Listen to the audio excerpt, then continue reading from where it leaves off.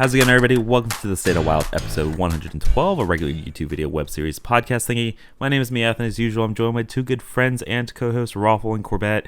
We've got the gang back together, finally, after like a month. How you guys doing? Yeah, you say as usual, but this is completely It's been new. a while, yeah. Yeah. And it does feel good to have everyone back and in the normal spots. I had a week or so off and feels good, but now I'm excited to rejoin you guys and talk about some Hearthstone.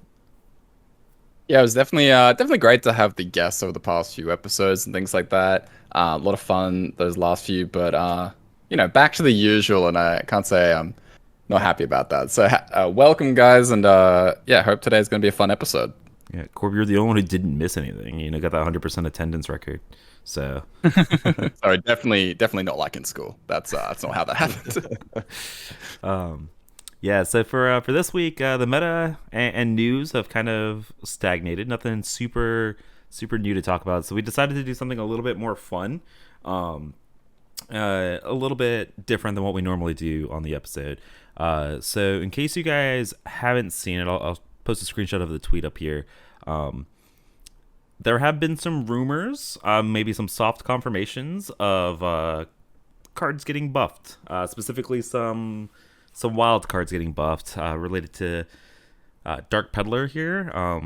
What if Dark Peddler had one extra health, says Matt London, who is kind of the Blizzard guy for Wild now.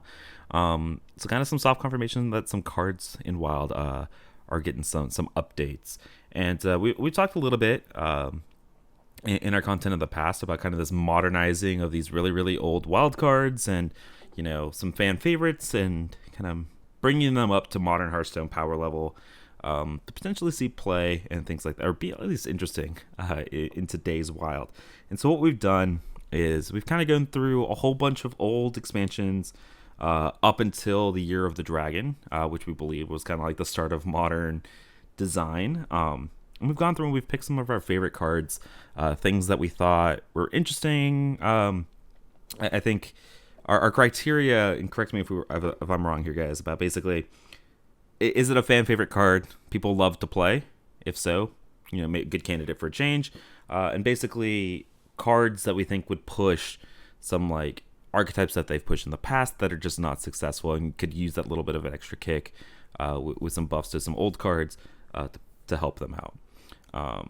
And so let's go ahead and start at the very beginning, jump all the way back to the very first expansion, which was GVG. And we were looking through this, doing our little homework for the podcast, and man, did this expansion not age well. Some of the expansions age much better than others. GVG was not one of them. But I feel like there's at least one classic card that we have to talk about changing and bringing up to modern power level, and that has to be Dr. Boom, right? The 7-mana 7/7 summon 2 boom bots. I thought we were going to talk about Trogzor, the Earthinator, because that was the card that everyone knew, especially at 7 mana, that was going to break the game. But, I mean, I guess, yeah, since nobody ever played Dr. Boom, we should probably go ahead and buff it. Yeah. You know how many people are not going to understand this comment that you just made? Just you're aging yourself so hard. I do that all the time, and anyway, just by being old. But like Dr. Boom was kind of a throwaway WoW character that became like this iconic Hearthstone character on the back of this card in particular. Like it became, the face of multiple expansions in Hearthstone. So yeah, like the it's a great iconic card that would be like reasonable to buff. He's had 2 other iterations since then, and the Bomb Warrior version shuffles a full board or summons a full board full of bombs, and that's like much better by comparison. Obviously it's a class card compared to a neutral, so that's not a direct one-to-one comparison, but I think something could be done to upgrade this card. And I think something could also maybe be done to make Boombots a little less frustrating, because the range of damage is really annoying. I don't know. Yeah, dude, Dr. Boom was my first crafted legendary, so a lot of fond memories for this boy. It's kind of funny where I think Ixar's poll, like he did the strongest cards ever like a few years ago, and I think Boom made it to the top 4. And most people that have picked up Wild in the past like few years have probably never even seen this and just have no idea how many Reddit threads were created asking for this boy to be nerfed. Yeah, it's been a very long time since I've seen one of these guys in Wild. I think the last time was when we were during LPG Mage heyday, back when the meta had slowed down a ton, and I was playing it for fun, for nostalgia. So like it had been outclassed for like a couple years at that point too. But this used to be a staple in everything, even in Wild, like in the very early inceptions of Wild, because you would play in like mid-range Shunner, you were playing Renal Warlock and stuff like that, and so do miss me a Doctor Boom. I guess what kind of change would you be looking at to maybe make this playable? At least I'm not looking for a super powerful card, but make it feel a lot more appropriate to play in Wild, if that makes sense. I think just lowering the curve a little bit, a mana cost change would probably do it. You'd probably have to adjust the stats alongside it. And then I really do think, like, I don't know, narrowing the range of the bombs or removing the range entirely, as we'll talk about with the next two cards. I don't think it's healthy to have ranges of damage, especially as wide as 1 to 4. That's really frustrating and really unfun. Like, the random is already happening in the targeting, and you don't need to do, an uncertain amount of damage off the bombs as well. So the next two cards that we want to talk about here from GVG are not buffs, but necessarily kind of changes to cards. And we're talking about Implosion and Crackle. Again, dating ourselves a little bit, but if you guys were playing during this time, they were also a source of much frustration for many a player. And maybe even Crackle nowadays in even Shamans, where the difference between rolling a 3 and rolling a 6 is very drastic. Same with Implosion.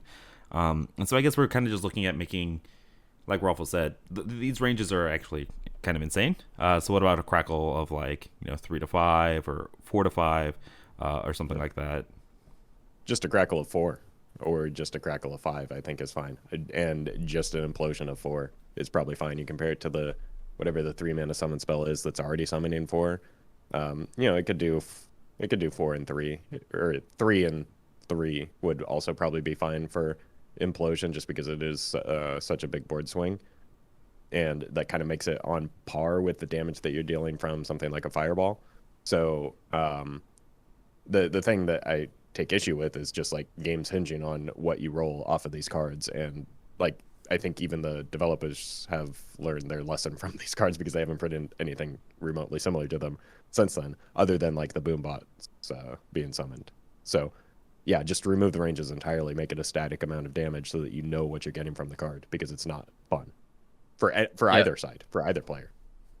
Yeah, this is such a beautiful era of Hearthstone, between the Implosion and the Crackle, the Knife Juggler, the Ragnaros. There was so much coin flipping, hard RNG on the board that everything just looks out of place when you compare it to sort of modern design. And yeah, the devs have definitely changed completely how they've made cards like this. I think Implosion has been like a deal for minions would be fine, to help out the Imp Warlock deck. I don't really see that being too much of an issue if it's Wild exclusive. That feels pretty strong, even for Wild, but I don't know. Like, it can't go face, so there's that. Yeah, exactly. It can't go face. Yeah. And Crackle. Oh, 5 damage? It's a lot of damage. 5 damage is a lot of damage. Yeah, I don't know. Yeah. I wish it could I legitimately just wish it could do 4.5, but like, yeah, I mean, that's what the devs kind of wanted. So. Right. Yeah, 2 mana deal 4 is just like a reprint of Stone right there, right? So I don't think or Storm Crack. There is already a 2 mana. It only deal hits 4. minions. It only hits minions. So. Ooh, true. That's why I didn't see play. So otherwise, it would be playable. Yeah. Right. Yeah. All right. So. Yeah. I doubt they'll ever do this. I think because the randomness is iconic, I highly doubt they'll ever change them. But God, I wish they would. It's iconic for all the wrong reasons. Yeah, so. You're not wrong. Speaking of iconic, for actually the exact right reasons, let's talk about Emperor Thorson as we move into to BRM. Combo players rejoice because Emperor at 6 mana is just too slow, right? When you're trying to do this big setup for your combo turns, Wild is just a much faster place. A lot of these combos still require Emperor Thorson to do their thing. And so we're thinking maybe just bring Emperor Thorson up a mana, right, to 5. And, we're going to be talking about a lot of cards, but combo players, here's one of your, pieces of the pie. And I think you guys are kind of all on board with that. Yeah, I think even just like opening up the hand for a Reno deck or a control player is also worthwhile. That's probably more impactful than the impact that it'll have on combo players, right? Because like a lot of combo in Wild either doesn't need the cost reduction or already has better and faster combo or cost reduction as it stands. But like this is just a guy that you can shove on, turn 5, open up your hand for the following turns, have your hero card or like big removal come down a turn earlier. That's all I want from it. Yeah, it definitely like fits specific combo decks. Like obviously we wouldn't play it in Pillager Rogue or something, but if there was a combo deck that was a little bit more Ignite Mage-esque, not that I'm saying we need to bring back Ignite Mage, but I think that's the type of deck that would be more likely to play something like this. But yeah, like Roffle said, just Reno decks, right? Like you could just put this in Reno Priest, and I think it would be like a pretty great addition as a 5-mana 5/5. So yeah, that feels solid. All right, bring back the Emperor Thorson. I think probably one of the most iconic cards up there with Dr. Boom of like early days of Hearthstone, and so I think it'd be nice to have him back. Plus, it just looks nicer, right? It would just look cleaner, and that's the biggest thing. Same thing with Sylvanas, right? Like when she was a 5-mana 5/5, it just feels good. Just those numbers just hit right. All right, let's talk about another BRM card here. Let's talk about a Druid. Oh wait, that's not Druid class identity. Whoa, it's actually a Paladin thing. Let's talk about Solemn Vigil. It's currently a 5-mana draw spell that says draw 2, cost 1 less for each minion that's died this turn, which I could have sworn was a Druid thing, but it turns out originally a Paladin thing. We're thinking just like a simple buff up to 4 makes it so much more playable in a whole variety of Paladin decks. Specifically something that even Paladin that seems like it's constantly on the edge of being good. Play rate, completely different thing, but on the edge of being good. And Solemn Vigil, card draw, even if it's not like super powerful, card draw always feels good to play, right, and have in these style of decks. And so I think we're all kind of on board with a Solemn Vigil buff. Yeah, especially specifically to 4 mana, because it like some of the things that's holding back even Paladin in particular is its lack of card draw. You're just kind of like, if you don't hit the call to arms, you feel like you're not able to get the engine running, and that's why it always even feels like a weak deck to play despite winning games. Like you can be winning with the deck and being like, wow, this deck sucks, and I've been there, I've done that, and this will just make it feel a little bit better to play while just like fitting with like what you're trying to do with the deck as it stands. And we talked about this, it just gives Paladins another reason not to run Divine Favor, which is like bad card draw, this is good card draw. Man, how much Hearthstone history would have changed if they went with this as the the Paladin theme instead of shoving it in Druid? All these discounters and things like that. Or maybe we go back and we make this a dual class card. Meowth, what do you think? Ooh, dual class cards from the beginning of Hearthstone history. Imagine that. Oh, yes. Yes, but not this in Druid. Yeah, not this one. Yeah, but I love this. I generally just love card draw, and I love being able to play cards for 0. Like, I don't know, compared to things like cutting class, yada yada. I would love to have this. It's so safe in Paladin too. Especially if you're buffing into like an even mana cost, so it doesn't get shoved in like odd Paladin, right? Like if we're making this 3 mana, maybe, but even then, sure, they draw 2 cards, good for them. Like they, right? Like, they're still not going to play odd Paladin, so it's okay, right? All right, let's move into to another expansion that like aged really well, and then Baku and Gang kind of rotated out of the format, and so you haven't seen a lot of these cards recently. But let's talk about TGT. TGT on release was kind of a dud, kind of in both formats. For those of you guys that don't remember, so there's a lot of cards in here to talk about, and let's start with a reversion that they haven't done that we think could be completely safe in current Druid and current Wild, and that's Aviana. And I know that's another fan favorite for combo players. I think we all kind of had this conversation. I think we're all completely on board with Aviana going back to 9, being completely okay, and probably being completely unplayable. now that we still have like Guff and Celestial alignment. Druid does not understand the constraints of mana. Like, honestly, like even with Guff alone, the difference between 9 and 10 is no longer all that relevant because you can already go to 11 mana and play the Aviana into the Kun. So like, realistically, this isn't going to be a meaningful change. If Aviana were going to see play, she probably already would, and she isn't. But it does give you like, I just want to have the potential of like non-Guff combos to come back, right? Like Guff is Guff, and he's everywhere, but he needn't be. Yeah, I was like very against this going to 9 up until like somewhat recently, but you know, things change pretty quick over like a year or two, right? And with alignment and Guff and all that kind of thing, it just definitely looks a lot safer to bring back Aviana. I think at 9 it could actually be quite good.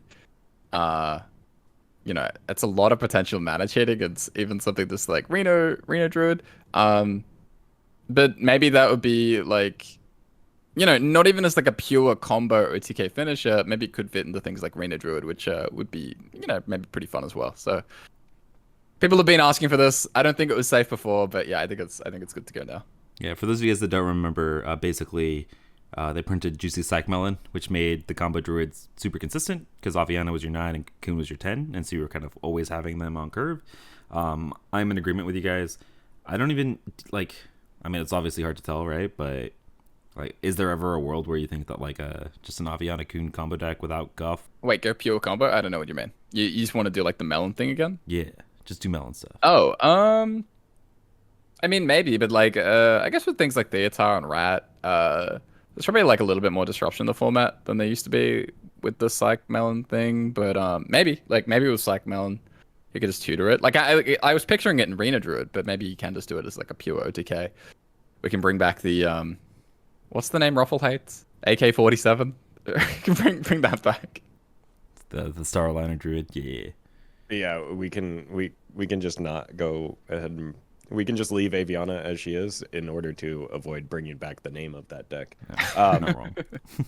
But no, I think Meowth is onto something. The benefit of that deck was that it was comboing so fast it like got underneath the Dirty Rat turns, but it was a very fragile combo, and there's so much more disruption right now that like, you know, you've got Mutanus double Dirty Rat and Theotard to worry about. You're getting one of those pieces lost, and if that happens, it's going to be hard to win. And then on top of that, like, you need the full combo in order to kill Renethal decks, which wasn't always the case. Yeah, I guess Renethal didn't exist. Yeah. All right. So now let's talk about another really trash legendary that they printed. So Hunter was the first time we saw a class get 2 legendaries here in TGT. So a lot of you guys know Dreadscale. Okay. Dreadscale, Poisonous Beast off of Rexar. Many of you probably don't know about the other half of the legendary combo here, which was Acid Maw, which said whenever another minion takes damage, destroy it. And so the idea was that you assemble both parts of this crazy minion, and you had this 10 mana 2-sided board wipe that left you with tempo. You know, sounds like Sea Devil Gigafin to me, or Foigle Talks. Turns out Acid Mod was just like absolutely trash. And so thought about it. Acid Mod a 5, Acid Mod a... No, there's no way we may bring it a 4, but Acid Mod a 5, who says no?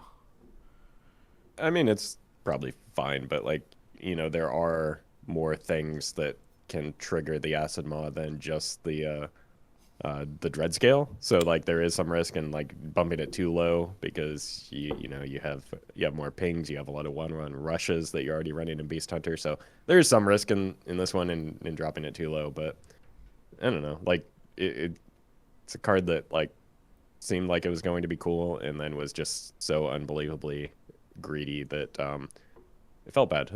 Moving it to 5 is an important breakpoint because it does make it viable off of the Rexar hero power as well. So something to consider. Put it to 4. That's how confident. I'm just like, this would be fine at 4. That's our Beast Hunter apologist. Oh, that's true, actually. Yeah. Not even gonna try to deny it. Yeah, I mean, I think giving Hunter more ways to fight for board, right? Like it's a unique way to control the board. which I think is actually super interesting. Even with all the rushers, I think that's actually like an even bigger reason to buff it, to give Hunter like another avenue. If you're trying to do like a slower Hunter thing, or if you're trying to do Beast Hunter, then maybe you just run this if it's 4 mana, make it 2 mana off of your Harpoon Gun, and then you just start pinging things down, which I think is pretty sweet in Beast Hunter. So, yeah, Acid Mod of 5, even a 4, I'd be down. All right, next up. Let's talk about Mysterious Challenger. Mysterious Challenger, another one of these most iconic cards of early Wild, even early Standard, where you had this curve of like mini bot into muster, into pilot shredder, into Loatheb, into Challenger. Nowadays, doesn't do anything. Mysterious Challenger to 5 mana. 5 mana, 5/5. We talked about the beautiful stat line. Pulls 5 secrets. The synergy is all there. And I think this is one of those like iconic cards, right? That represents Wild history, or even just Hearthstone history. And I would love to see it like be a competitive card. Yeah, it curves nicely with a lot of things, like either Polkelt or a Call to Arms. Like you probably run it as your most expensive card in a Secret Paladin. You probably already are. Secret Paladin was a deck that like people seem to look back on fondly, even though it was really disliked at the time. But either way, like it has, you know, because it's an iconic card and iconic deck, it has some sort of emotional attachment to it that maybe should be worth bringing back in some way. And I think 6 mana is just really slow for an aggressive deck right now. So yeah, 5 mana, sure. I think this is fine as long as it's happening with acknowledgement that this would be super, super, super, super good. Like 5 mana 5/5 challenger, I think would just be nutty even by Wild standards. But I mean, if that's like the goal, then sure. Like as long as that's aware. Putting in Odd Paladin's very funny. Like we can actually get some secret synergy in Odd Paladin. And especially because that deck doesn't have access to like Sword of the Fallen or anything like that. But yeah, Polk out synergy, Order in the Court, I guess we have now. There's kind of some cool stuff as well if you want to make it super consistent. But I do wonder like how popular it would be if it actually got buffed and played, because like Roffle was saying, this deck was despised at its peak, but nostalgia fixes everything, right? Mm-hmm. Yeah, I mean, people always hate what was like a powerful deck, right? So like, I don't know if it was specifically targeted towards Secret Paladin and more just like, oh, it's a really good deck, so I hate it. You know, I guess those aren't mutually exclusive, but Man, I'm just picturing Call to Arms into this. Be just hey, disgusting. look, aggro paladins. Okay, look, if you give me this, you don't have to give me back conviction. Is that Yes. reason enough? Deal. Yeah, I don't know. I will say this is probably one of the more like aggressive buffs I think that we're going to suggest today. Like one that's going to very obviously make a big impact in Wild, where the other ones feel like very much quality of life changes. And so yeah, I think acknowledging that Mysterious Challenger 5 would be very powerful. Still give it to me, because Aggro Paladin, Secret Paladin doesn't really exist right now, so I'm down. All right, we talked about a good card. Let's talk about a bad one, but a fun one. Confessor Paletress, currently a 7 mana 5/4, Inspire, summon a random legendary.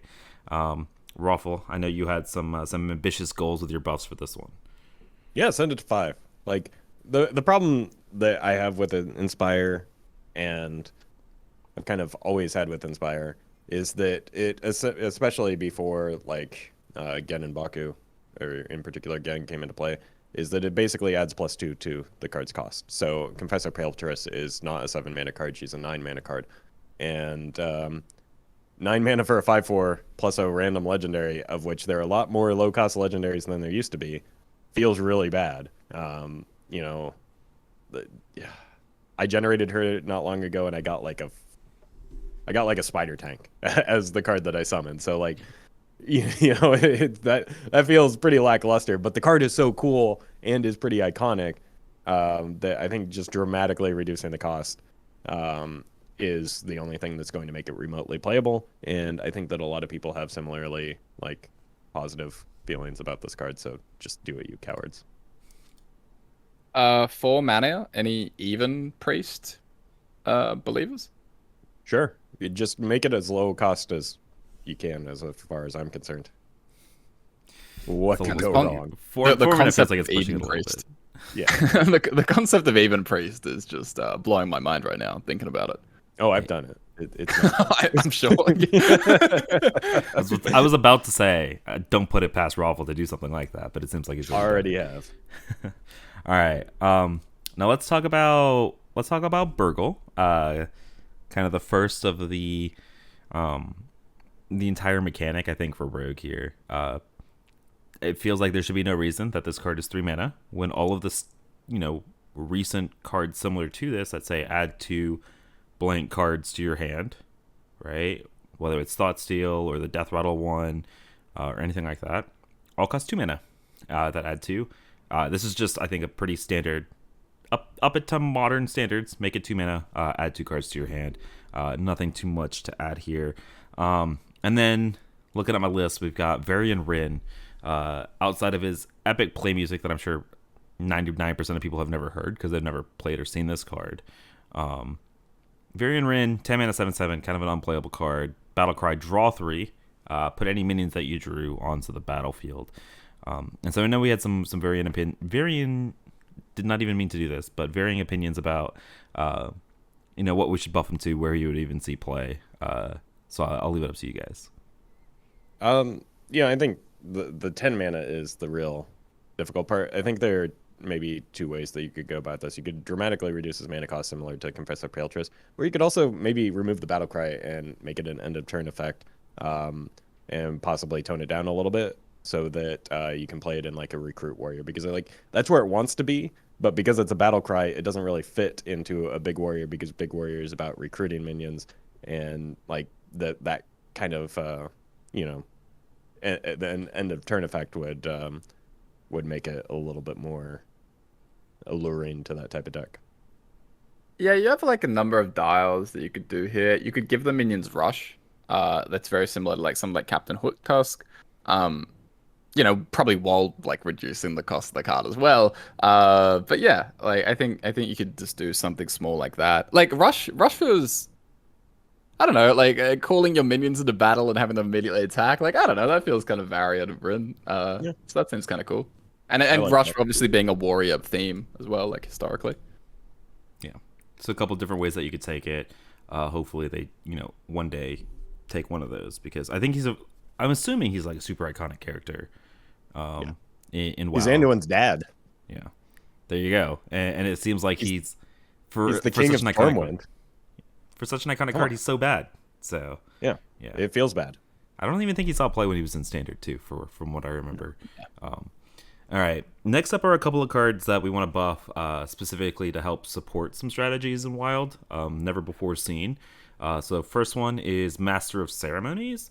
This is a 3 mana 4/2 Battle Cry. If you have a minion with spell damage, gain +2/+2. So a 3 mana 6/4. A couple of different ways that you can go about buffing her potentially, but basically, kind of like a tempo spell damage, whether it's in Mage or Shaman or something like that. Kind of deck is what we're thinking about with Master of Ceremonies. Yeah, like this card by itself isn't gonna be doing anything. But I think like the spell damage idea is something that's very, very cool. Like we're seeing it pop up a little bit in Mage, with there's been like a spattering of support. But it's never kind of coalesced. And so I think like buffing this, either like flipping the stat line or making the buff more significant, or like reducing the mana cost to 2. I don't know, it's like something that can kind of give it a bit more of a payoff for going that route would be kind of nice. Yeah, it makes something like an Ancient Watcher or whatever the 3 mana 5/6 is, like a little bit more alluring, that type of deck that, just gives you a reason to play like spell damage cards on curve, not necessarily fixating on big bursts of damage like in the early game, but then like using those minions. Yeah, it's kind of an interesting concept. Yeah. All right, and then the last one, I think we've seen a little bit, and then they nerfed Wildfire, and so then you never saw it again. But that's Frost Giant. So this is the 10 mana 8/8, cost 1 less for each time you've used your hero power this game. It's a lot harder to use your hero power because you can only do that once, rather than like draw cards or reduce your life total or things like that. And so I think very easy to set this to 8 mana and have it be perfectly fine. in modern day Wild? I don't know. You're giving me the look. Maybe not, because even Warlock is, I guess, still a thing. But I don't know if it's even Warlock, but this could be so good in Mage. Like, I think Frost Giant was already pretty decent in Ping Mage, but I guess I guess as a wild payoff, like, are you comfortable with Ping Mage having 0 mana 8/8s on turn 5, things like that? if every other class can have it, why can't Mage? That's true. That's fair. But yeah, obviously, like, so good with the Reckless. It wasn't that hard to reduce it, but the thing is, by the time it got to 0, it usually happened around turn 6, 7 when I was playing it, and so obviously speeding that up by a turn would be a big deal. But I mean, it's probably fine, right? Like, there's not a ton of other wild Ping Mage support. Yeah, I mean, just like big stats early isn't really that strong of a thing to do. Like, if we're talking turn 5, isn't really that strong of a play relative to other things right now. Like, Secret Mage has 0 mana 6/6s that come out much easier than Yeah, than that's a, true. than a Frost Giant. Like, that's not that big of a difference in stats. Yeah, come on. If every other class is doing it, Corpse, so does Mage gets to do it too, right? All right, so let's move over to LOE here. And LOE, obviously, we had the League of Explorers. The one card that we're going to talk about today, though, super weird card, but Explorer's Hat. So this is give a minion +1/+1, death rattle, add the Explorer's Hat to your hand. The OG Libram of Wisdom, basically. It feels like there's no reason this should still cost 2 mana. I don't even know if there's a reason it should cost 1 mana, and that might be pushing it a little bit. But Hunter, I feel like, at least in Wild, has gotten all this death battle support, and nothing's really ever happened. And so maybe this is a route to take it to help support that. I personally believe the cards should cost mana, this one included. I just kind of mentally compared it, and I didn't realize to Serpent Wig. Like, do you ever make it 1 mana +1/+2, or Yeah, like I'd be down maybe with that's that. something that you could do? Yeah, I mean, that's a pretty simple comparison. Like, it's hard to, it's a lot less restrictive in terms of like the deck building, but it's also harder to like replay the effect the way that Serpent Wig can get played constantly. Serpent Wig's also completely broken in Standard specifically, but I guess like modernizing like that would be kind of good. Yeah. I keep wanting to go to mana cost because that's the easy thing. But yeah, also just changing the numbers on the card itself does work. Well, both. Like, yeah, 1 mana. Yeah, 1 mana +1/+2. Let's modernize it. Buff Hunter. Seems good to me. Ruffle seems nervous. Yeah, I think that's getting a little too greedy. I was on board for a +1/+1. Okay. I was not signed up for a 0 mana. I think we can pump the brakes a little bit. You're talking to 2 Hunter apologists now on the podcast. You're outnumbered. You got to defend yourself a lot louder, okay? That's all I'm going to say. All right, let's move into our next expansion here, which is Whispers of the Old Gods. And I think we can't talk about this expansion without talking about OG Cthulhu, right? OG Cthulhu had this whole mechanic of you played all these acolytes, right? All these little tiny minions that buffed your Cthulhu, and then you played your Cthulhu, and it did a whole bunch of things. It just turns out that the things that you're doing are not nearly strong enough for Wild anymore. So I guess, do you guys have a couple of ideas about how to maybe modernize OG Cthulhu, or is it even possible? I mean, it would be tough to do without like going too far overboard, but like, I mean, even just like doubling the amount that the buffs happen, because like that's the issue, right?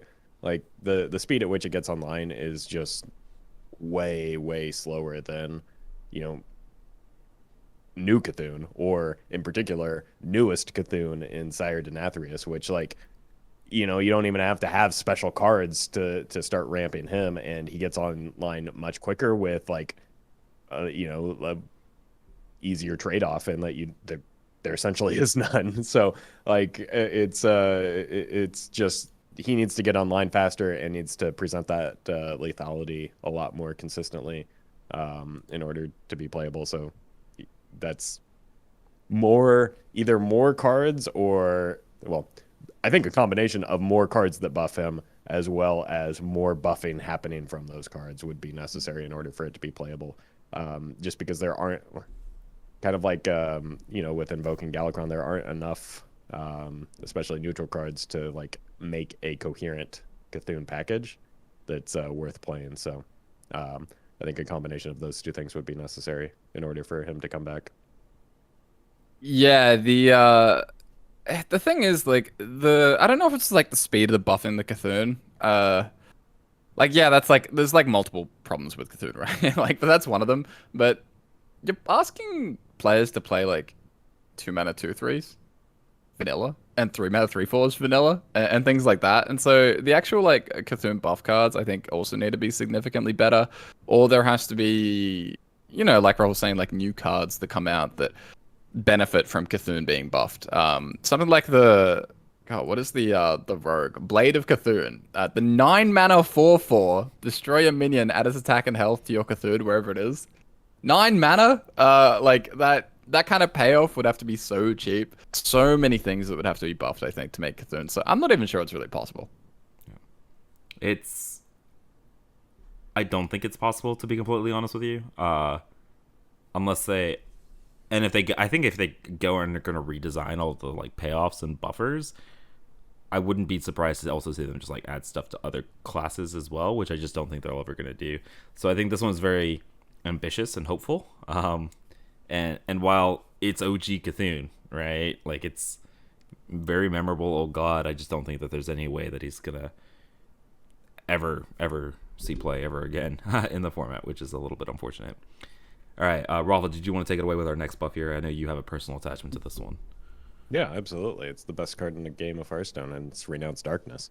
For a while, this was actually bugged, and it was the best bug, better than the Cthulhu bug, in all of Hearthstone, in which it would occasionally give you an upgraded hero power.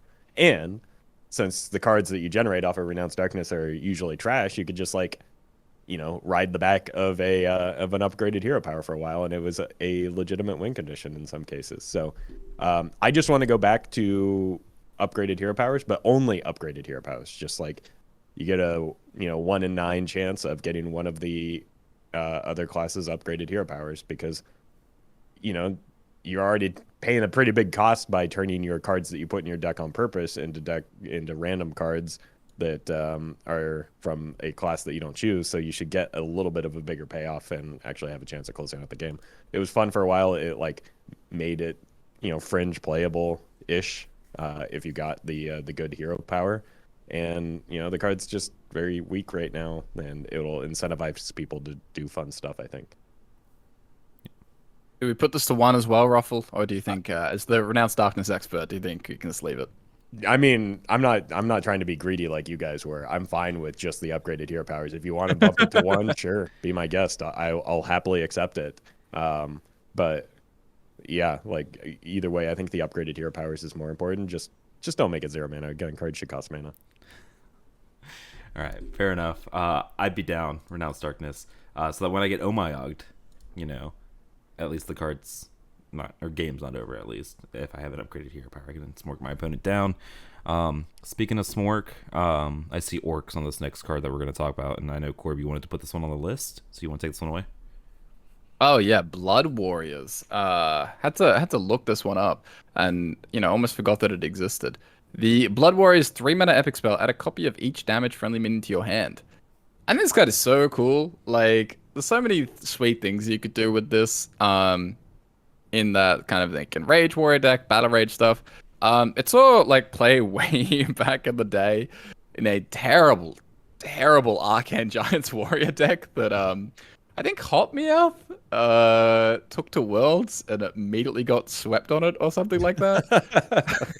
Yeah, not me, guys, not me. Different one. Yeah, just to make that clear. Yeah, the other Hot Meowth. But like I think with Blood Warriors, I just like cards like this. Something that's very synergistic. That kind of fits the type of archetype that I want to be good. Risky Skipper Warriors, things like that could have some sort of combo-y home. So yeah, I think like just putting it to 1, like I don't really see too much of a harm in that really. I mean, it like at 2, it's still like worse than Battle Rage a lot of the time, I think. And so I think at 1, it really supports heavily leaning into this effect. I think 2 is fine. I think. Oh yeah, we're being greedy here. Yeah, because I think just making it a little, giving yourself some redundancy with Battle Rage, and I don't necessarily know that it's worse than Battle Rage, because a lot of the, like a lot of what that deck hinges on is having specific minions in hand. And then you're like sad that you only have 2 copies of Risky Skipper. You're sad that you only have 2 copies of the Anime Extractor. So like this gives you more copies of them without, you know, exhausting the ones that are still in your deck that you have to draw. It also, you know, it guarantees minions for the Anime Extractor. So like just I think just making it at parity with Battle Rage is probably fine. Yeah, I just kind of was thinking about it, and being able to go something like Risky Skipper, Armor Smith, Rover, and then like Blood Warriors it all back and do it all again the following turn. That could be kind of nasty if it was just one. Yeah, I mean this card, and there's like a more expensive version I think called Sudden Genesis, where it like summons a copy of each damage friendly minion, and I was like, these cards are so cool, and they're gonna eventually revisit these and print good versions of them, and then they just like never revisited them, which is a little bit sad. I remember in Wild playing Blood Warriors with patrons, where like you do the patron pop off, you copy it so that you get to go again if they clear your patron board, which is obviously not very good, right? But then again, we also didn't have Risky Skipper back then, anything like that. But I would love to like, again, I'm like Corb, I'm down. I love these archetypes, and it's at 2 mana, even at 1, I think it would push and actually make people want to play the archetype and make it good, which I am completely down for, right? And I think that's kind of the goal, one of the goals of these proposed buffs, right? Karazhan. So let's talk about a card that was absolutely memed on when it was released, and that is Purify. Silence Priest has been a thing that's been on the cusp in the past. It's not really a thing that's on the cusp now, obviously, but Purify was good in those decks, right? You play the Ancient Watchers, you play the Humongous Razor Leafs, you play something like Purify on them. And then it ended up being a Divine Spirit Blessed deck, as most Priest decks tend to be that play for board. I think you could do Purify to 1 to help support that archetype. There's obviously the scare of it just becoming a 1-mana cantrip card, but I feel like Priest has so much efficient draw anyways that's not really something that like people are going to shove in Arena Priest for the sake of drawing the card. So I think at this point you could be okay with buffing Purify to 1 to help support that archetype. I mean, there's already Power Word Shield, so it's like just comparable to that. Like I think it's fine. Yeah, Mouth, I'm shocked you didn't ask this one to go to 0. I've learned my lesson in the past 20 minutes, okay? I've learned not to be greedy. Very quick. Yeah, I've played a lot of like Silence Priest on and off. Yeah, Purify solid, like 1 mana dough would definitely help a ton. So like I wouldn't mind that archetype being good. But then again, where does like I'm just like pimping out my favorite archetypes at this point. It's like, oh, give me all the Beast Hunter support, give me all the Divine Spirit support. Right. So, you know. It's okay. We're all being greedy. We are the ones that are thinking up these buffs, obviously, so we're very biased. And speaking of bias, let's talk about one of the main characters in this whole little mini set story that was One Night in Karazhan. That is the Curator. Currently 7 mana, 4/6 taunt, battlecry, drop Beast Dragon, and Murloc from your deck. I don't know about you guys. I really like these cards that tutor like 3 cards out of your deck, like this, Countess Ashmore, and Ringmaster Watley, I believe is his name, for the Warrior specific one. I really like these cards. I think they're really sweet, right? And encourage some like innovative deck building and things like that. So I would like for all of these, you'll see a couple more on the list as we go through. I think cards like Curator should be buffed because I think they're interesting and probably good for the format if they are, good, right? Like if this Curator was at 6 mana or heaven forbid 5, right? Asking for a 2 mana buff. And it would encourage, different deck building potentially in some of these Reno decks to help take advantage of that draw. Card draw costs a lot less right now, and that's like why we're seeing part of why we're seeing power spikes in Hearthstone. Card cost reduction and card draw costs less. So like that's why there's that's why Emperor was chosen. That's why this card is chosen. That's why Solemn Vigil is chosen, is to kind of reach parity with what the cost of card draw and mana reduction is now. So it's an iconic card that like people like, but can't play it because it's so expensive. Yeah, I would love this at 5, like changing the stats a little bit. Either like I think like 3/5 stat line. Even if it has the taunt, I think it's still probably fine. And yeah, like would be so good. Like at 5 it would be just so good in Arena Priest, but it's so inoffensive, right? Like I'm not like who gets mad just because the opponent drew 3 cards and played like a 5 and a 3/5 or something. Um, Honestly, it's the type of card I would love if they buffed and it was in core as well. I think that'd be really nice. I think it would be a popular one in core as well. But yeah, I don't know. Like you can use Watley as like your anchor point for where the stats should be. I think if you're gonna make it 5 mana, I don't like as a neutral. You probably have to make it a 3/4 if it's going to 5, and especially with the taunt. Or I think you have to massage the stats a little bit more than that. But either way, like the cost should come down if this card wants to see play. Yeah, agreed. All right, let's hop over to Mean Streets. We got our 3 gangs. We're gonna focus on the Cabal, obviously, the one that has the valid archetypes right now in Wild. Raza, obviously, same play. We would love to give the other 2 Reno decks a little bit of love. Buff some Solia, buff some Cruel. Reno Warlock doesn't run demons anymore. Outside of like Ticketus, right? Give it a reason to play big demons, play the Willow, play the Gul'dan again. And then Solia for LPG Mage, right? Getting the LPG out earlier, or even doing stuff like Puzzle Box or Drakefire Amulet earlier, seems good, right? Like comparing Solia to something like Dragoncaster has always felt a little bit bad. So just kind of making them not even like modern power lich, just a little bit more powerful, right? Give you a little bit more excitement to play these cards that Reno Mage and Reno Warlock are supposed to be built around, because they're your singleton payoffs, right? That you got in the class. They're not really seeing any play, so would love to see those kind of cards get buffed. Yeah, I think Cruel is kind of close as he stands. Like the effect is powerful. He has now some friends that he can bring out, so like he's almost there. Like, he's just slow. Solia is just a disaster. Like for most of the cards that you end up wanting to play, you're basically paying full cost for that spell and then getting a free 5/5, and that's just like not good.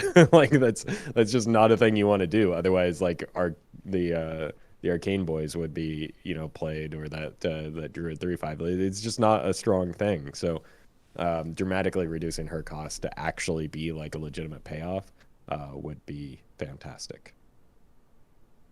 I would be somewhat nervous about it at 5, but I guess that's kind of the whole point of Highlander support, right? Is to print these like stupidly power spiky cards. But right, and you still have to draw the spell alongside her, and that's not easy to do, especially now in a 40 card version. So like, I don't even know how. Like, I'm not in favor of putting Pocket Galaxy to 5 mana, but I'd be fine with Solia to 5 mana, because that's like 2 cards that you have to draw at the same time.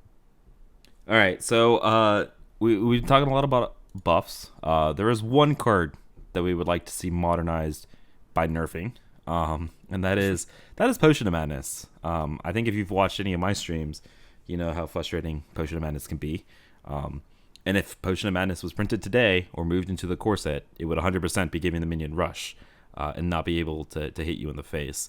So that whole spell enter fire, steal the one minion you played all game, and kill you with it would not happen. I do not know if this is my bias or just I don't know if this is just my bias, but do you guys agree with potentially changing Potion of Madness? No, I think it's your bias. I don't think it's popular enough to like. Basically, what you're asking for here is just a nerf, which in Wild is not something that we see with a card that played at the frequency of Potion of Madness. So, I don't know. I would very much be in favor of this. Like this and Shadow Madness. It just feels appropriate to me, just because obviously like Rush didn't exist when they made these cards, and so like the only way it could attack is if it had charge. And I think it would just take away something that's, like the card playing for board is fine. But I think the card like stealing and OTKing on turn 5 is a little silly. And if you're just going back and changing wild cards, it's a very small thing. But I think it would be just a feels good thing to update the card and make it more modern, and take away what I think is a play pattern issue in general. So I would like it. I would like it if it didn't do the charge damage. Again, we are admitting we are biased with the cards that we were trying to buff. 100%, I think, a little bit of bias in claiming that there's a play pattern issue potentially here.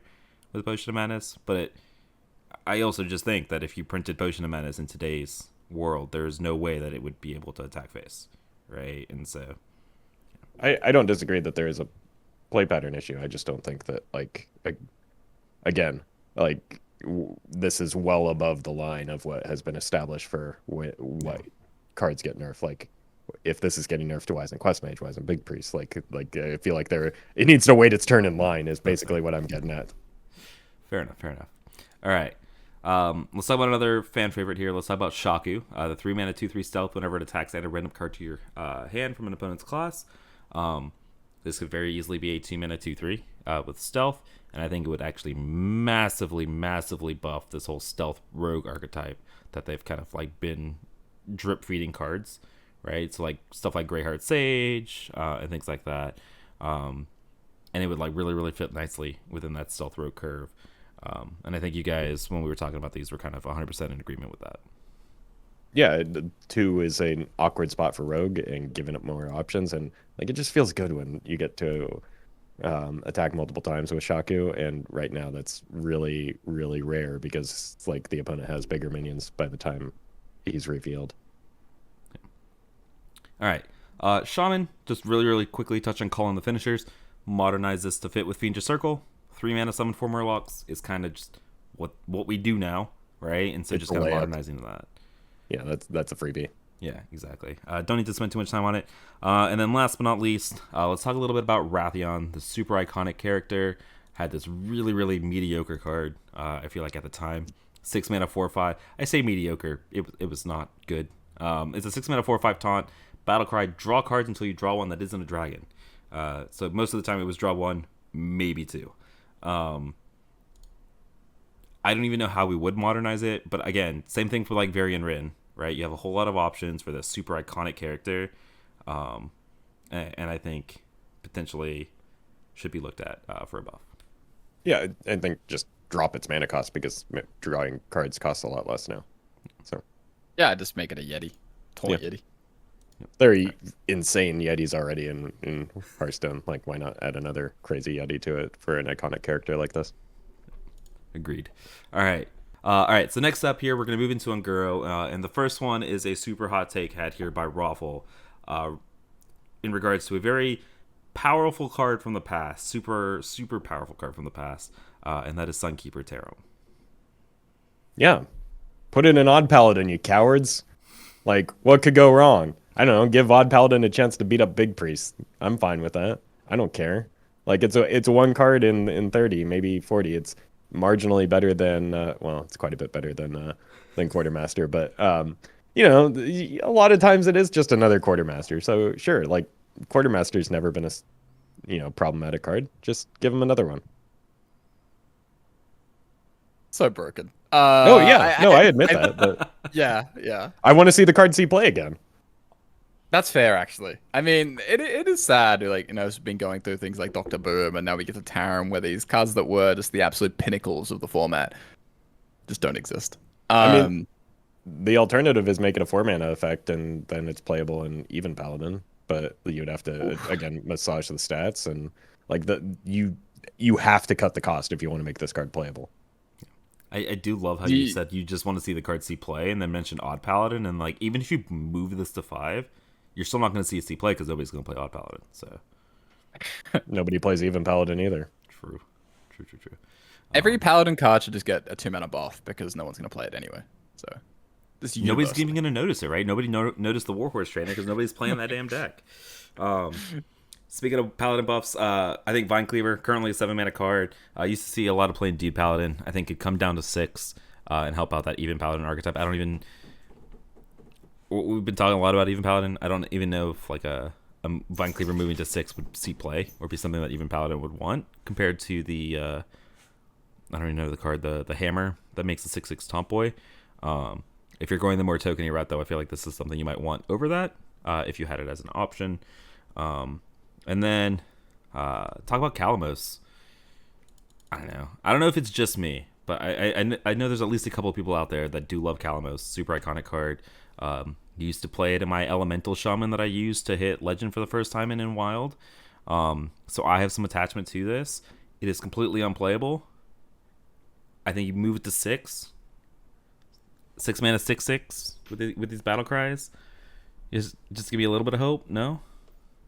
No, I think moving it up. I mean, even just like adjusting the modes a little bit so that you have better options that are more impactful could be worthwhile. Like, you don't, not everything has to be a mana change. But like, I agree that it's people love elementals, and there's not really an opportunity to play them because the payoff is so bad, and so making the payoff better would be the way to go. So Yeah, I'm not sure exactly what you want to do. Like, I'll be honest. I don't even know what the payoffs are. I haven't seen Calamos in so long that I forgot. It's like Brucon Hero Power, but you get it once instead of, or Brucon Battlecry, but you get it once instead of getting the hero power. Right? It's the exact same as the Brucon Battle. No, it's like 1/1s instead of 2/3 taunts, but it's like your entire board of 1/1s. It deals 6. It heals you for 12, and it deals a certain amount of AOE damage, but that I'd never remember because you never picked it because you were controlling the board all the time in mid-range shaman. But you know. Yeah, I mean, this could go to like 6/6/6. I wouldn't have a problem with that at all. Play some elemental shaman, some elemental even shaman. I don't know why you would ever drop totems, but you know, we are where we are.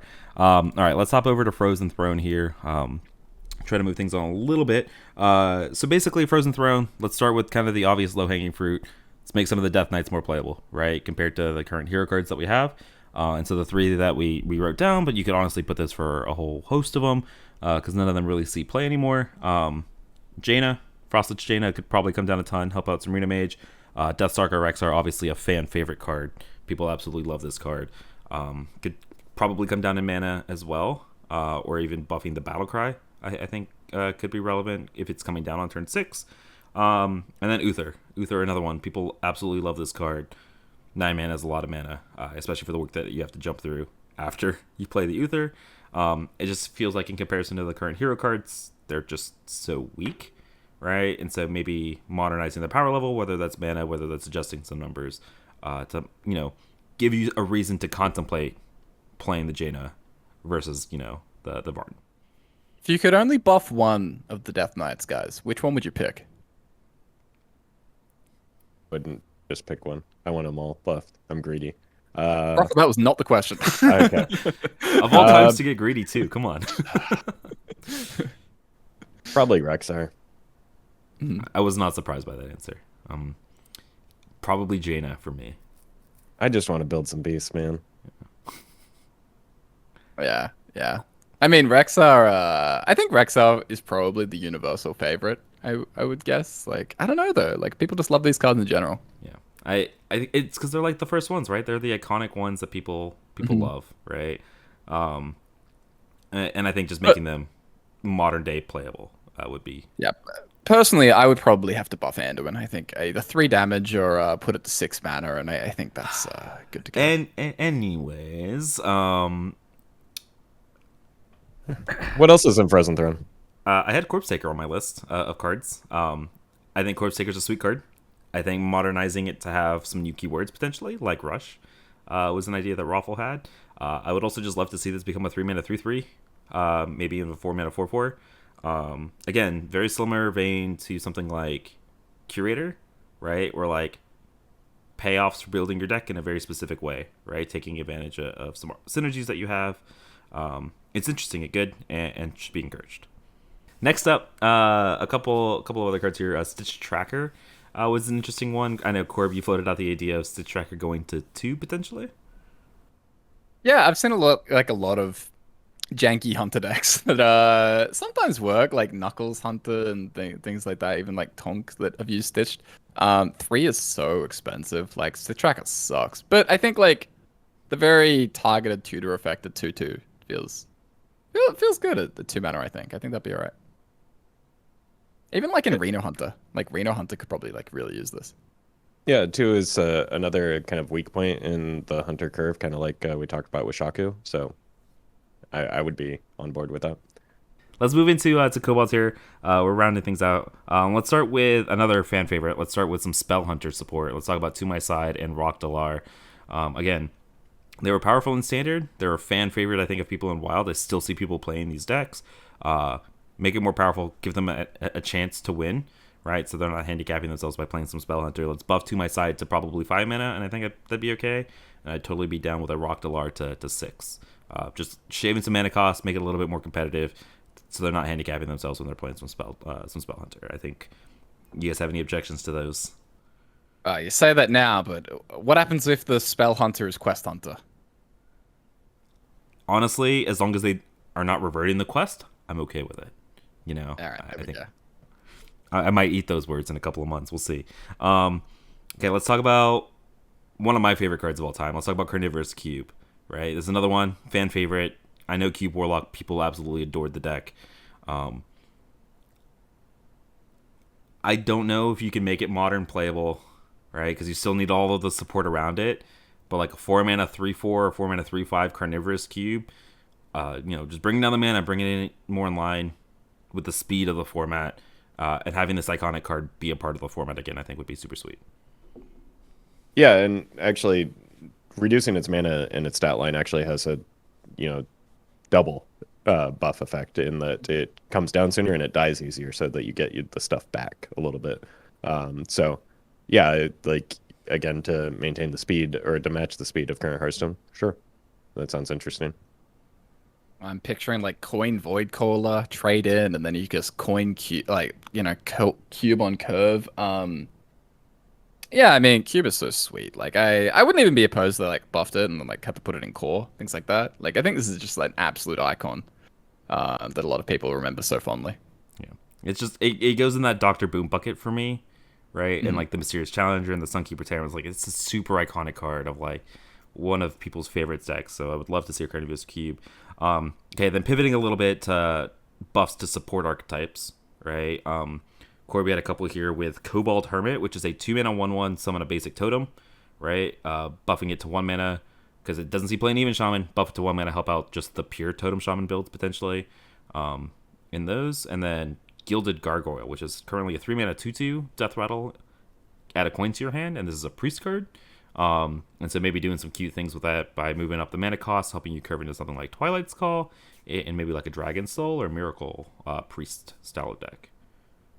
Yeah, I went obscure with these ones. The Cobalt Hermit, I think like we've talked previously, and we're all in favor of this Totem Shaman, like not even Shaman being like if that was the better Totem deck, I think that would be great. It's just much more fun, I think, than just having to hit the button every turn. You get all these sick payoffs and things like that. And so yeah, like better tour guide. I think that'd be great. 1/1 pick a totem. Sweet. Gilded Gargoyle. I mean. This could get quite silly. Playing Coin Priest. I'm not sure exactly what would happen, but with the power of Radiant Elemental, Gadgetzan Auctioneer, even like the insight to corrupt and things like that, you could probably generate just so many coins with this kind of thing. Which I'm perfectly fine with, especially because we're talking about modernizing Hearthstone cards. I'm gonna need some mana cheat once Radiant Elemental gets set to 4 mana any day now.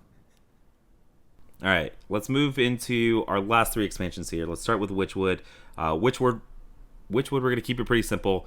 Countess Ashmore. We talked a lot about this when it came to the Curator, when it comes to these like targetable draws that you have to build your deck around. Just like the Curator, she's 7 mana. Probably should come down if she wants to see play. All right, so let's move on to our next buff here. Let's go to Boomsday. Let's talk about Mulch Munchers. So memes aside, it feels like Tree Druid is actually pretty close to being a real deck. Mulch Muncher, obviously one of the big payoffs for that style of deck. It coming down a turn or two sooner would be huge for the power level of it. So I'd be down for a Mulch Muncher buff. I know this one might be a little bit controversial because, it does eventually get to 0 anyways. But I'm a big fan of the Token Druid styles of decks, and I think Mulch Muncher would help the Treant-specific version of that deck, be better. I'm fine with it. Like I don't think it's that much riskier than like a Frost Giant. Yeah, I think that Mulch Muncher, I don't know, Treant decks in general, I think there are probably like different candidates because I think if you put the other Treant cards cheaper, then this gets cheaper faster. Mm-hmm. So it's kind of like by buffing other cards to make them more in line, this does get buffed indirectly, and probably makes the deck a little bit less dependent on this. So yeah, I really hope they do keep pushing Treant Druid. Like I want a Treant Druid deck to be good in Wild, like an aggro Treant Druid deck. And like you said, I don't think it's that far away. They just need to keep putting support out, and eventually the deck will get Secret Maged. There will be enough. All right, so we move into our last expansion here. Let's move into Rastakhan's Rumble, one of the crappiest expansions I think of all time. We had to limit ourselves. We could have just buffed every card from this expansion, to be completely honest with you. Let's start with maybe the most egregious card that I think I've ever seen. That is Arcanosaur. For some reason, this is a 6-mana 3/3 Dustbreaker instead of a 4-mana 3/3 Dustbreaker. For elementals, obviously, instead of dragons. But why is this 6 mana? Did they ever talk about what happened? Like, how did this happen? So. How did this make it to the final design? I don't understand. I don't know. Did it have anything to do with Jaina potentially being a concern? Even like, but I think it's like requirement is even harder to hit sometimes too, because like, it requires more setup than a Duskbreaker in a lot of instances, and elementals suck. Dragons don't. True. The awkward thing as well is that like if you've played the elemental on board, it means you're on board.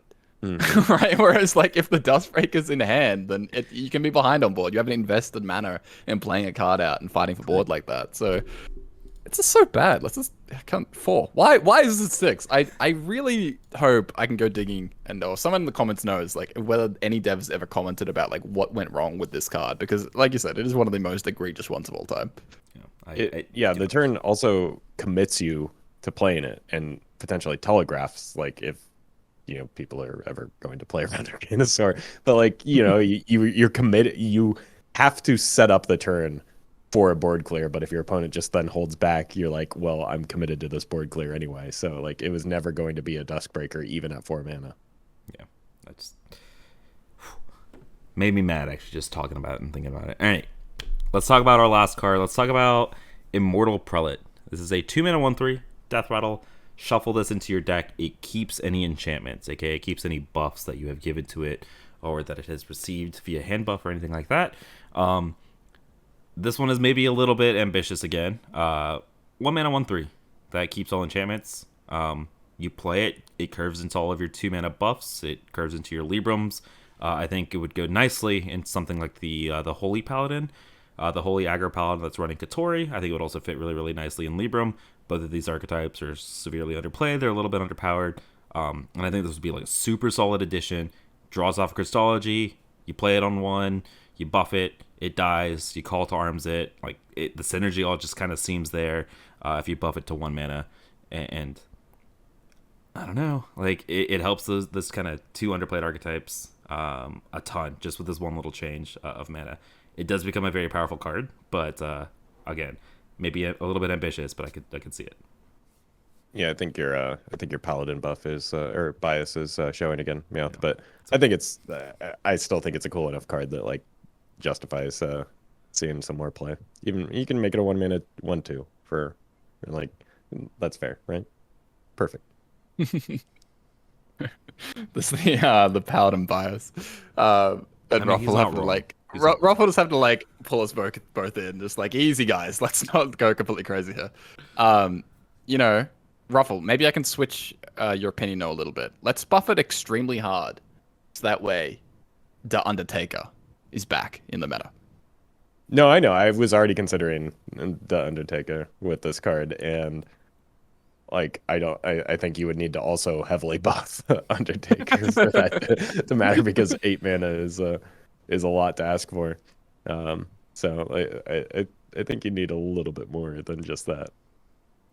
How much is I was trying to say like Garden's Grace doesn't give taunt. I guess that would be a kind of a fun idea if you could Garden's Grace taunt the Undertaker, but alas, just Divine Shield. Just adapt it and give it taunt, obviously. Come on. So what we learned is that we also need to buff the Undertaker. Right. All right. We just went through a bunch of cards from these old expansions. We went through and gave our ideas on cards that could see changes to help them be modernized and fit in Modern Wild. We should have probably done this at the very beginning. We obviously had some reservations. We did this whole exercise. Kind of had to force these two to join me in doing it because I know they had their reservations. and I want to make sure that they get their voices out there so that you're not taking this 100% as gospel, as Roffle wants to buff all of these cards massively. So I will let you guys get your 2 cents in here about this whole thing that we just did. Yeah, I'm generally opposed to, like, I know it's an unpopular opinion because a lot of people seem to think that like buffs are inherently better than doing nerfs in terms of like balancing things, which I fundamentally disagree with. And I think buffs in particular are risky. The risk one is that you buff a card and literally nothing happens, which we've seen a lot of, right? Like a lot of these cards we talked about, like Sogoth. You could buff that within reason to anything in terms of mana cost, and the card will not see play because what it does is meaningless. It's not an interesting card. It's not like an enticing card. It's not going to be a powerful card unless it's like massively overstated for what you're paying for it, which, like, again, within reason, any buff isn't going to make the card playable. So, like, risk one is that you buff a card and nothing happens. So it's like, well, what's the point of that effort? What did you do? Risk two is that you overbuff cards, and a card that was a meme, like a Pocket Galaxy, becomes a nuisance, becomes a problem, and then people lose all of the good feelings they have about that card and now have strong negative feelings, which are going to stand out more, are going to be more recent, and are going to stick with that card for a longer period of time. So, like, it's a really fine line that you're walking. And I think most of the time what happens is nothing happens, and like you just end up, like, even in the instance that spawned all of this, if you buff, I don't even remember the card, if you buff that 2-mana 2/2 to a 2-mana 2/3, that card does not see play in any deck in Wild Hearthstone. That card probably does not see play in any deck in Standard Hearthstone. So, like, what is the point of that buff? You made changes to a card that still doesn't see play. It's exactly in essence, exactly the same as it was before the buff, unless it's in an arena rotation or something, right? So, like, I think that those are basically my two concerns, is that, like, you either do nothing or you turn a card that is, like, a fan favorite, a big meme, like a Marabi, for instance, and you turn it into something that, like, or a Bolf Ram Shield. Like, you turn it into something that was loved into something that is despised, and people are not going to get over that, like, hatred for the card, even if you turn it back to where it was. Like, they're going to remember those negative feelings because, to be honest, that's the only time they saw it see play, is when it was doing strong things that made them mad. So they're going to just remember being mad at that card. Yeah, I think buffs are just incredibly dangerous when they're targeted at wild. Just because, like I was talking about, the power level has to be so high, and a lot of cards, it just doesn't really matter what you do. Like, they're not going to fit into wild. To me, like, it also clashes a little bit fundamentally with the idea of Wild Hearthstone. Just to me a little bit, where I'm fine with, like, old cards kind of getting power crept as the game moves on. Like, I think that's kind of like almost a nice part of the wild format. Like, I think there's sort of some nostalgia and some sentiment I have where I'm fine with, like, Pilot of Shredder not being played anymore and kind of looking back on it and going, oh, wasn't that crazy when Pilot of Shredder used to be nuts? At the same time, like, the reverts on rotation feel a little bit differently to me. As to why they feel differently, I don't know exactly. I don't know. I don't know why they feel different, but they just do. And we have seen some reverts that I've really liked, like Starving Buzzard. But for the most part, I just think there's a lot of associated risk when it comes to these kinds of things. And a lot of times, if there's, like, a really, really cool design that they want to revisit, I would probably just prefer that they remake the card in a new set compared to going back and sort of changing the numbers on an old card, if there is something. Yeah, I think we're completely aligned in our feeling there, because even your point about nostalgia, I think, is why the reversions feel better to you than Exactly than the buzz. It's returning to where it was when you can reminisce and remember when Undertaker was a super broken card. Remember when so, like, that's why those feel better, is because it's like returning it to its rightful place, because a lot of these cards that do get nerfed are for the sake of Standard anyway, so, like, we get punished for the sense of standard. So like it's just returning it to its rightful place. So yeah, I'm in complete agreement with you on all of those points. So I mean, I Roffle, will I say, appreciate Roffle, I appreciate you being able to like verbalize my feelings better than I could. So thank you for that. I'm gonna push back on y'all's feelings though. They're so obviously Blizzard agrees with you, right? Like that's why they haven't done anything like this, right? They've done stuff like that for Standard. They haven't ever done it for Wild, and I think it's because of what you guys have mentioned. I mean, as to like if you buff something and it doesn't make an impact, it might not make an impact to you, right? But there's somebody out there that still loves Doctor Boom, and if it was 6 man and they got to play it and they didn't just like instantly lose because they played Doctor Boom, I think that's a win, right? Or for a lot of these cards, and a lot of the cards that we've suggested, I think we suggested like 30 or 40 cards, right? That could be modernized and buffed. I think there's like 3 or 4 of them that would maybe slot into decks, I think. And if those decks ended up being too powerful, right, then we do what we did to LPG, we do what we did to the Kale Revert, then we talk about, oh my god, Blizzard was crazy, how did they do that? And then kind of move on to the next broken thing. But there's going to be a lot of things like supporting, like if they buffed like Cobalt Hermit, right, the super innocuous 2-mana 1/1, but when Totem Shaman becomes the thing in the future, if it's because of stuff like Cobalt Hermit, like I guess my philosophy, and I feel like we've talked about this a little bit before, like I just want more of these archetypes to be playable, and that's like a lot of the things that we've been talking about. And I guess that also just means cards, right? People's favorite cards, I want them to be playable, which I think is something that's good for Wild, especially since it's not like a super competitive format. The more cards that are appealing to people and the more decks that are appealing to people, I think the better.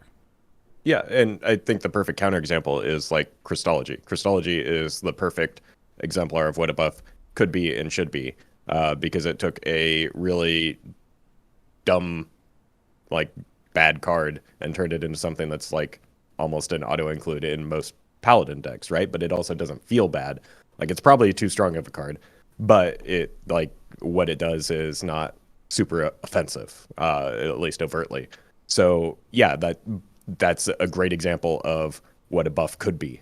But if you think about what was buffed at the same time, it was Pocket Galaxy, it was Extra Arms, it was all these things that created really miserable play patterns for people for a period of time. That like was what we got out of Crystology worth what we had to pay in Extra Arms and Pocket Galaxy? Long term, probably, but not in that, like not in those period of times where before the cards got changed back. I was about to say I would trade the 2 weeks of 5-mana Pocket Galaxy for the 3 years that we've had of Crystology. Like I would do it in a heartbeat. But that is also just me and kind of thinking bigger picture. And there's one last thing to consider too, which is like, yes, I think it's great when players get their pet cards, ratcheted up to viability, or at least closer to viability. But like I just looked, Doctor Boom, the original, is currently being played in 0.4% of decks right now. So Seems high. yeah, it was sparse data in HS Replay. So what you're asking for is the developers to spend time that they could be spending either developing new sets, developing new cards for like a Wild exclusive expansion, so that they can hit the cards that 0.4% of the player base is playing right now and cares enough to play right now. Like, buffing it to 6 mana probably isn't going to make the card meta, and is maybe going to, let's say it increases it to 1% of the player base. You're sacrificing time that the developers could be spending, creating new things, or adjusting different things on, so that for a week or two, a very small subset of the player base will get a nostalgia hit and then realize the card is still not playable and go back to playing good cards. Yeah. Is all right, realistically so super pessimistic part of me, they're not spending any time on Wild stuff anyway, so it would be them spending stuff on Wild, which I think would be good. Obviously we don't know if that's true or not. I don't think it's true, but I'm like Corb said, if they want to revisit mechanics, I would rather them print new cards, and I would rather them do that with like a Wild specific set. I think the time that's spent on like going, like you saw how long it took us to go through just on a cursory look and not even talk about how we're going to change some of these cards. They could develop new cards that like could inject the same amount of change into just Wild specifically and still incentivize people to try out the format. I think that would be a better use of time than than buffing old cards personally. Yeah, I don't know. I guess. Yeah, I don't disagree with you, right? That is assuming that they are doing that. I would love to see them do both, right? I guess that might not be feasible, but I would love to see them do both, where they print new cards. But I guess I am. The whole reason I wanted to do an episode like this is because I did miss stuff like Sunkeeper Terror. I missed stuff like Boom, and I feel like it's not beyond reach to make them modern playable, right? And so I am obviously underestimating the amount of work that they would do, right, to like triple check that we don't have a Kael'thas situation or an LPG situation. But also, we had a Kael'thas situation. Like, would I trade 2 weeks of Tarum being busted at 5 or Immortal Prelate being busted to have like 5 or 6 new cards that helps push new archetypes? Honestly, I think I would be okay with that, but that's also just me and not speaking for the entire format, right? So, I mean, you risk losing the player base but you also have the potential to bring in a lot more, right? So, yeah, so it's a risk reward thing. That's essentially what I mentioned, is that it is an inherently very risky thing to do. I would argue a lot riskier than just doing nerfs, because like you have an expected outcome for nerfs. So worst case scenario, the card never sees play again. So, like I feel like it's a lot riskier to do buffs. yeah, no, I don't disagree with you there. I guess stemming from last week's episode, I just kind of hate that all they do is nerfs, right? And it feels like we just lose a lot of sweet cards, and so buffs help bring some of those back. But that is also just, I guess I have a very specific philosophy of like I just want more and more stuff to be playable. But yeah, I just want to make it clear I'm not disagreeing with you and Corp. But yeah, I guess all you guys that are listening, which side you take on this specific conversation that we just had, as well as the cards that we chose potentially to modernize, and did we miss anything? Would you have made different changes or different cards that you would want to get buffed to be playable in current Hearthstone? Guys, thanks for entertaining me on this episode. I know you guys, I pushed you guys to do this a little bit, and I appreciate you guys. Appreciate you guys doing it, and it's good to have you guys back, and have the 3 guys back together talking wild. Let the people know where they can find you and do all this content.